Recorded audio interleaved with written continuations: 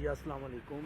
मैं Ali Faisalabad PMN TikTokers और मैं मियाँ मार शरीफ, शबाज शरीफ, हमजा शबाज, मरियम साहबा, मैं उनको राना सनाउल्लाह साहब, मैं आबिद शेर अली साहब, उनको मैं सलाम पेश करता हूँ और ये कहना चाहता हूँ माशाल्लाह 15% बिजली कम हो रही है, मतलब तो माशाल्लाह ये बहुत अच्छे काम हो रहे हैं। पंजाब पूरा माशाल्लाह सुथरा हो रहा है माशाल्लाह, और हम बहुत खुशी है हमको।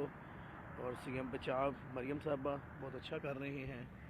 और मरियम साहबा साहब, मेरा मैसेज है आपको, प्लीज़ आपको मिलना चाहता हूँ, आप मुलाकात कीजिए। और हमजा साहब, मियाँ साहब, आपका थैंक यू। राना साहब, आपका भी थैंक यू। प्लीज़ मुलाकात कीजिए, आपका नून लीग का जाला हूँ। थैंक यू, अल्लाह हाफिज़।